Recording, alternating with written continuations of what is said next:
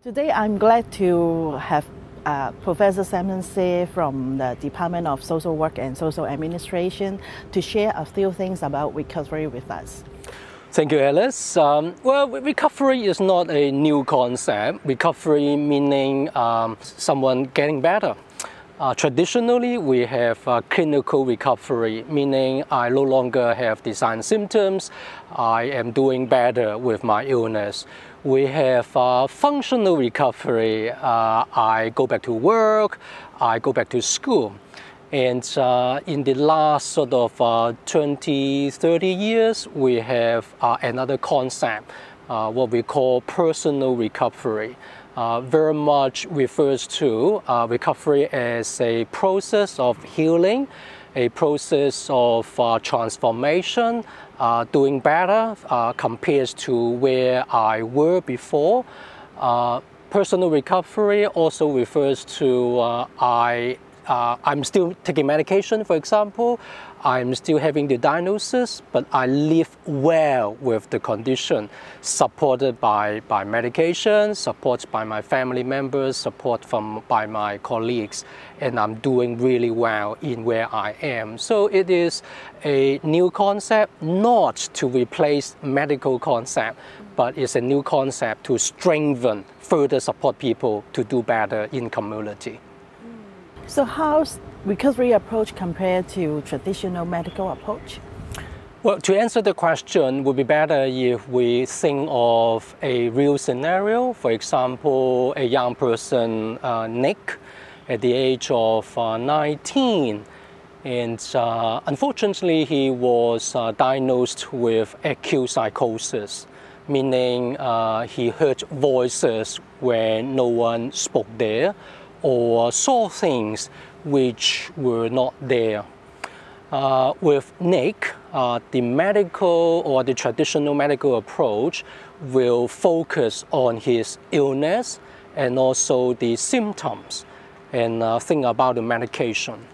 We are doing that, but at the same time, we apply the recovery approach. We put the focus on the person instead of just the illness.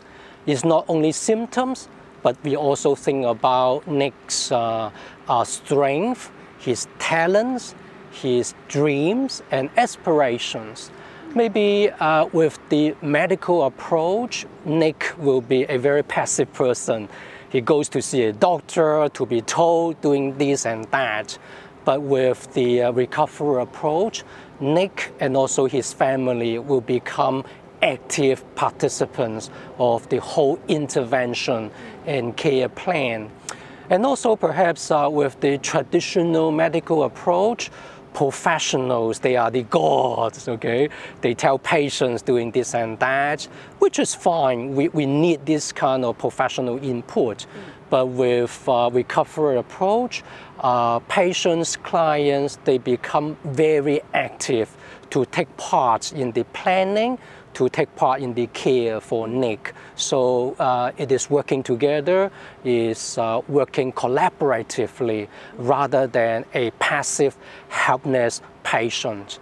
I would say, Alice, in general, recovery approach is about promoting, working together with the person so the person can recover better rather than professionals do something to the patient. What are the main features of recovery approach? Well, if we look at a place like the National Mental Health Information Center from the US, they talk about quite a number of features. But I love to share with you 5 major features. Number 1 is responsibility. A person will be responsible for his or her own recovery. Second feature is hope. Hope is important. I can have a hope, even though I'm still on medication, but I have a hope I will do better compared to maybe 1 or 2 years ago. This quality is very important. And then the third feature is the individualized personal care.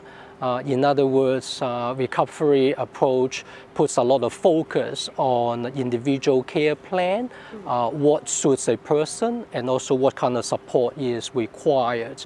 And then the fourth feature is empowerment, meaning the person, the patient, or the family is given the opportunity to take part in the whole intervention or care.